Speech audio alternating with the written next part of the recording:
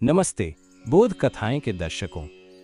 आज हम एक ऐसी कहानी सुनाने जा रहे हैं जो न केवल आपके मन को झकझोरेगी बल्कि आपके दिल को भी छू लेगी। ये है एक 16 साल के लड़के की कहानी जिसने मृत्यु के डर को गले लगाकर आत्मज्ञान की चोटी पर कदम रखा। ये है भगवान रमणा महर्षि की कहानी, एक संत, एक दार्शनिक और एक मौन गुरु जिनकी वाणी आज भी लाखों लोगों को अपने सच्चे स्वरूप की खोज की ओर ले जाती है। तो तैयार हो जाइए, क्योंकि ये कहानी सिर्फ एक जीवनी नहीं है, ये एक निमंत्रण है आपके भीतर छिपे उस सत्य को जानने का जो हमेशा से आपके साथ है। आइए चलते हैं आत्मज्ञान की इस गहन यात्रा पर रमणा महर्षि की वाणी के साथ। 1896 की एक गर्मियों की दोपहर थी।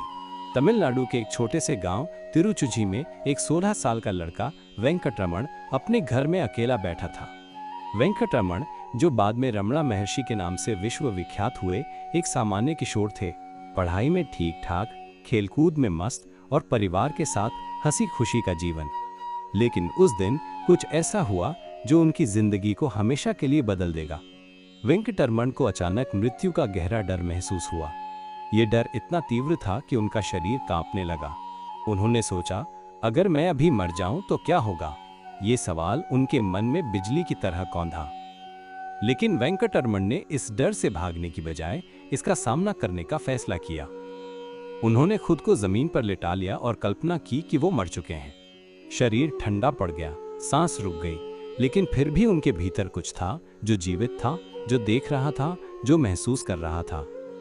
उस पल में वेंकटरमण को एक गहरी सच्चाई का एहसास हुआ। मैं ये शरीर नहीं हूं, मैं वो हूं जो इस शरीर के भीतर है, मेरा सच्चा स्वरूप जो कभी नहीं मरता। ये क्षण उनके जीवन का टर्निंग पॉइंट था। 16 साल की उम्र में बिना किसी गुरु, बिना किसी किताब और बिना किसी साधना के वेंकटरमण ने आत्मज्ञान की पहली झलक पाली। लेकिन ये तो बस शुरुआत थी। वेंकटरमण का मन अब संसार में नहीं रमता था। वह उस सत्य की खोज में डूब गए जिसे उन्होंने अनुभव किया था। एक दिन स्कूल में एक किताब में उन्हें अरुणाचल पर्वत का नाम पढ़ने को मिला। ये नाम उनके दिल में बस गया, जैसे कोई प्राचीन पुकार। अरुणाचल, शिव का पवित्र पर्वत, उनके लिए एक चुंबक बन गया। उन्होंने फैसला किया कि अब घर पर नहीं रह सकते। एक दिन चुपके से उन्होंने अपने भाई को एक नोट छोड़ा, मैं एक पवित्र उद्देश्य के लिए जा रहा हूँ, मुझे खोजने की कोशिश ना करना। केवल 3 रुपए जेब में लिए वेंकटरमण घर छोड़कर अरुणाचल की ओर निकल पड़े। रास्ते में कई मुश्किलें आईं। उनके पास पैसे कम थे, खाना नहीं था और कई बार रास्ता भटक गए। लेकिन उनके मन में एक अटूट विश्वास था। आखिरकार वो तिरुवन्नामलाई पहुंचे, जहां अरुणाचल पर्वत की छाया में उन्होंने अपना नया जीवन शुरू किया। वेंकटरमण अब रमणा बन चुके थे। उन्होंने अरुणाचल के मंदिरों और गुफाओं में समय बिताना शुरू किया। वो घंटों मौन में बैठे रहते, अपने सच्चे स्वरूप में डूबे हुए। लोग उनके पास आने लगे, उनके मौन से आकर्षित होकर। बिना कुछ बोले रमणा का मौन ही लोगों को शांति देता था। रमणा महर्षि की शिक्षाएं जटिल नहीं थीं। वो बड़े बड़े प्रवचन नहीं देते थे। उनकी वाणी साधारण थी, लेकिन इतनी गहरी कि वो सीधे दिल को छूती थी। उनकी सबसे प्रसिद्ध शिक्षा थी, आप पहले से ही वो हैं जो आप खोज रहे हैं। सोचिए, हम अपनी पूरी जिंदगी भागते रहते हैं, सपनों के पीछे, सफलता के पीछे, खुशी के पीछे। लेकिन रमणा कहते थे, रुक जाओ, तुम्हें कहीं जाने की जरूरत नहीं। तुम्हारा सच्चा स्वरूप, वो शांति, वो आनंद तुम्हारे भीतर पहले से ही मौजूद है। आज की दुनिया में जहां हर कोई कुछ न कुछ बनने की दौड़ में है, ये विचार क्रांतिकारी है। हम सोचते हैं कि हमें और मेहनत करनी है और हासिल करना है, लेकिन रमणा का ये संदेश हमें रुकने और अपने भीतर झांकने के लिए कहता है। ये विचार इतना शक्तिशाली है कि ये सोशल मीडिया पर वायरल हो सकता है। #YouAreEnough जैसे हैशटैग के साथ लोग इस सच्चाई को साझा करना चाहेंगे। लेकिन इस सादगी में एक गहरा तनाव भी है। अगर हम पहले से ही पूर्ण हैं, तो हमारी सारी परेशानियां, सारी पीड़ा का कारण क्या है? रमणा का जवाब था, मन। रमणा महर्षि कहते थे कि हमारा मन ही हमारा सबसे बड़ा दुश्मन है। ये मन हमें भ्रम में रखता है। यह हमें बताता है कि हमारा सुख बाहर है, नौकरी में, रिश्तों में, पैसे में। लेकिन रमणा का कहना था, मन को शांत करो और सत्य अपने आप प्रकट हो जाएगा। उनका ये बयान, मन को मार डालो, सुनने में डरावना हो सकता है, लेकिन इसका मतलब है कि हमें अपने विचारों की जेल से बाहर निकलना होगा। आज की दुनिया में जहां हमारा दिमाग लगातार सोशल मीडिया, न्यूज़ और तनाव से भरा रहता है, ये संदेश और भी प्रासंगिक है।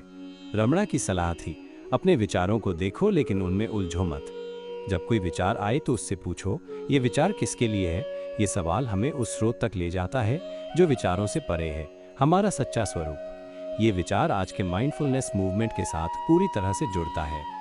लोग इस तरह के संदेश को ट्विटर और इंस्टाग्राम पर साझा करते हैं क्योंकि ये हमें तनाव से मुक्ति का रास्ता दिखाता है। लेकिन इसमें एक तनाव भी है। क्या हम वाकई अपने मन को शांत कर सकते हैं?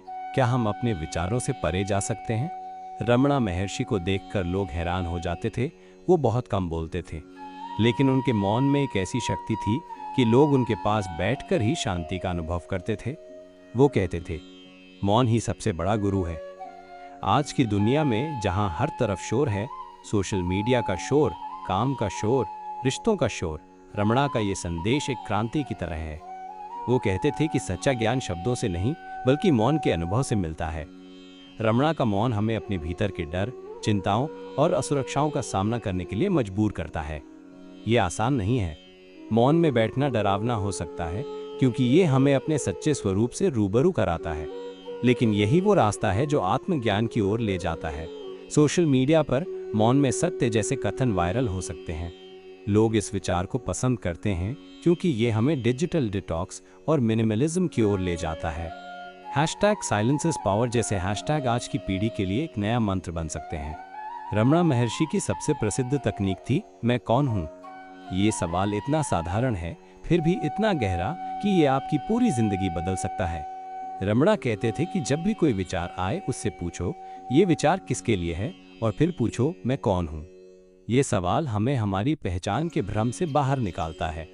हम सोचते हैं कि हमारा नाम, हमारी नौकरी, हमारे रिश्ते, यही हमारी पहचान है। लेकिन रमणा कहते थे, ये सब अस्थायी है। तुम वो हो जो इन सब के पीछे है, वो शुद्ध चेतना, वो आत्मा। ये तकनीक इतनी शक्तिशाली है कि आज भी लोगों को आकर्षित करती है।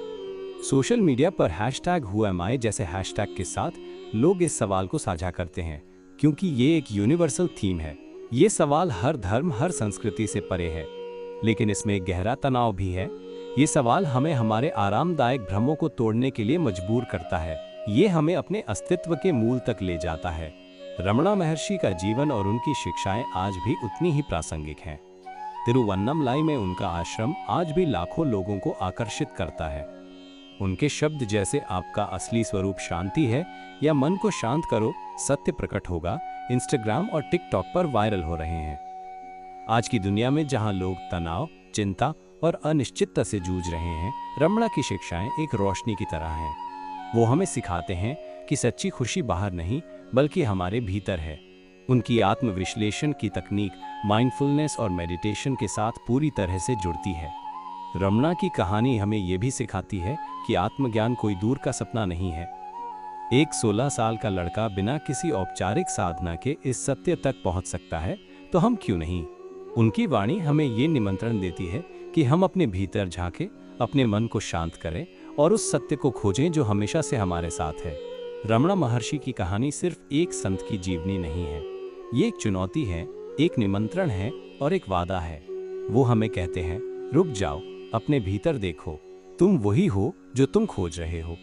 तो आज जब आप ये वीडियो देख रहे हैं, अपने आप से एक सवाल पूछिए, मैं कौन हूँ।